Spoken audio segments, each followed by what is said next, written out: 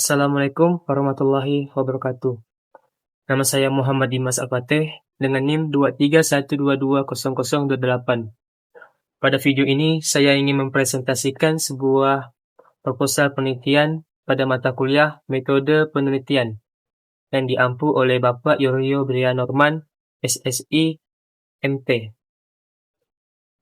Judul dari proposal penelitian saya adalah Sistem Informasi Geografis, Pemetaan Wisata Alam dan Budaya Kalimantan Barat, berbasis web dengan informasi jalur menuju lokasi.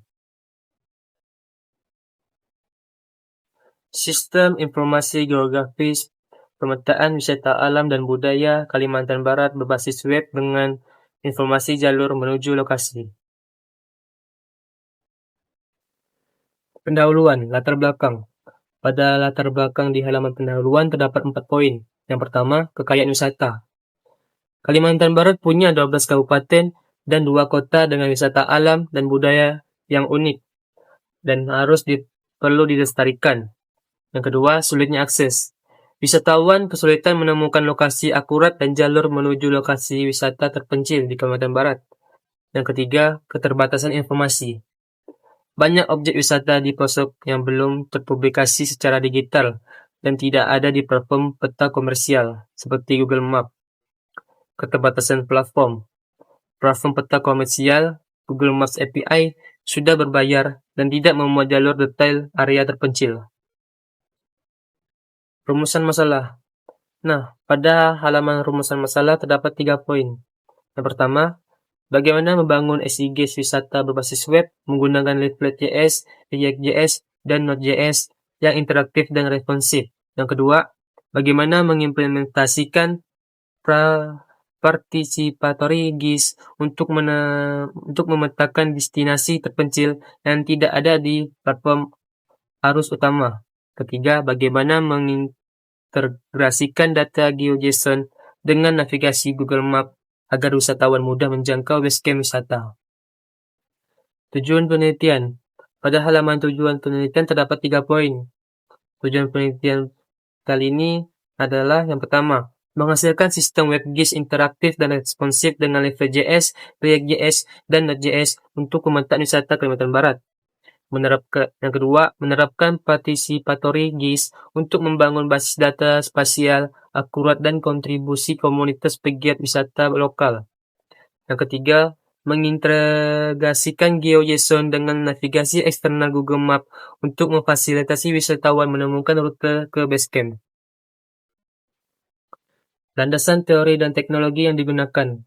Pada halaman landasan teori dan teknologi yang digunakan terdapat 6 poin. Yang ke-1, sistem informasi geografis, sistem komputer untuk mengelola data spasial, pengumpulan, analisis, dan penyajian data secara geografis yang akurat. Web-based GIS. Evolusi GIS berbasis web dapat diakses tanpa instalasi khusus, mendukung cross-platform dan real-time update. Yang ketiga, Leaflet.js ringan yang ukurannya sekitar 38 KB untuk peta interaktif, mendukung GeoJSON dan OpenStreetMap secara natif dan grafis. Yang keempat, GeoJSON. Format JSON standar untuk data geografis ringan, mudah dibaca, dan natif support di Leaflet.js dan React. React.js. Library JS berbasis komponen dengan virtual DOM memperbarui tampilan tanpa reload halaman DIL untuk peta digital. Pada React.js kita akan menggunakan di bagian front-end-nya. Node.js memfasilitasi transaksi runtime JS, event-driven, dan non-blocking digunakan dengan Express.js untuk REST API penyedia data GeoJSON yang scalable, langganan untuk pembelian akses konten eksklusif. Pada Node.js kita akan menggunakan pada backend-nya nantinya. Participatory GIS dan crowdsourcing. Pada halaman ini terdapat 4 poin. Sebelum masuk ke 4 poin tersebut, saya ingin menjelaskan sedikit keterangan. Pendekatan bottom-up melibatkan komunitas pegiat wisata lokal sebagai sumber data utama untuk memetakan lokasi wisata terpencil yang tidak tersedia di platform peta komersial manapun.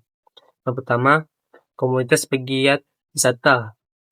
plotting koordinat GPS langsung di lapangan. Yang kedua, input data via WebGIS. Submit titik lokasi, deskripsi, kategori, dan foto via form web React.js. Yang ketiga, backend Node.js. Validasi koordinat simpan ke database MySQL dalam format GeoJSON. Yang keempat, visualisasi peta Leaflet.js. Marker muncul di peta interaktif, wisatawan bisa navigasi ke Basecamp. Metode penelitian model waterfall. Pada halaman metode penelitian dan model waterfall terdapat 5 poin. Yang pertama, pengumpulan data, participatory GIS, SIG partisipatif, crowdsourcing dari komunitas wisata, studi pustaka, dan referensi penelitian. Yang kedua, analisis kebutuhan. Kebutuhan fungsional, admin, dan wisatawan. Kebutuhan non-fungsional, responsif, aman, identifikasi teknologi yang digunakan. Yang ketiga, perancangan sistem. Pemodelan UML, user case, activity, sequence, class diagram, desain, basis data, dan arsitektur API. Keempat, implementasi. Front-end-nya React.js ditambah Leaflet.js, back-end-nya Node.js ditambah Express.js, database-nya MySQL, data spasial GeoJSON. Yang kelima, pengujian sistem. Black box testing, validasi semua fitur fungsional, pengujian navigasi Google Maps. Batasan masalah. Adapun batasan masalah. Pada halaman batasan masalah terdapat 6 poin. Yang pertama, ruang lingkup. Pemetaan objek wisata alam dan budaya di Provinsi Kalimantan Barat. 2. Teknologi. Menggunakan Leaflet open source, format data spasial GeoJSON. Yang ketiga, sumber data. Koordinat wisata dan Basecamp diperoleh via participatory GIS dan komunitas lokal.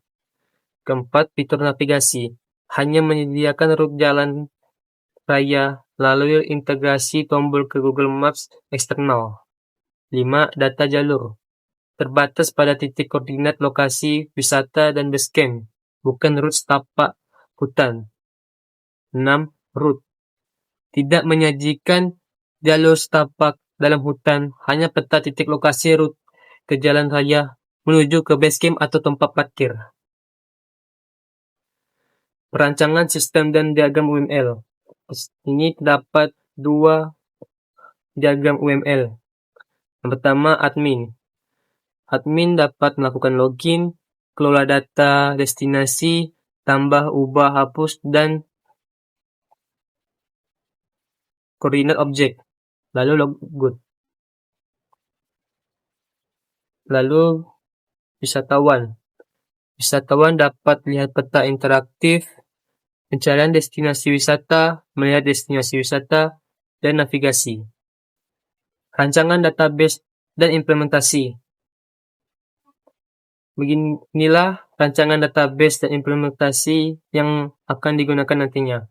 Admin, wisata, kategori, relasi. Pengujian sistem dan black box testing. Pada halaman pengujian sistem dan black box testing terdapat 5. Yang pertama, pada fitur fungsi. Autentifikasi admin. Skenario pengujian. Admin memasukkan email dan kata sandi di halaman login. Hasil yang diharapkan, sistem valid, dan berikan akses dashboard. Yang kedua, plotting koordinat. Skenario pengujian. Admin klik titik di peta interaktif untuk input lokasi wisata. Hasil yang diharapkan, sistem ambil latitude dan longitude otomatis. Yang ketiga, input atribut wisata. Skenario pengujian. Admin isi deskripsi, kategori, dan upload foto objek wisata. Hasil yang diharapkan, data tersimpan dan marker baru muncul di peta. 4. Pencarian destinasi. Skenario pengujian. Wisata, ketik nama wisata di kolom pencarian. Hasil yang diharapkan, tampil daftar lokasi relevan sesuai input.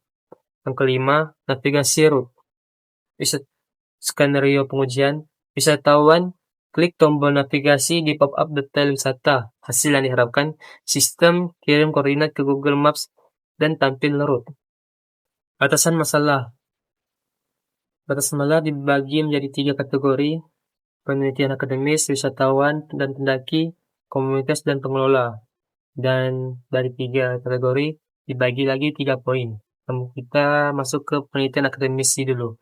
Penelitian akademisi. Yang pertama, referensi pengembangan SIG para wisata minat khusus. Kontribusi model integrasi data spasial web modern. Bukti efektivitas GeoJSON dan Leopard.js untuk data partisipatif.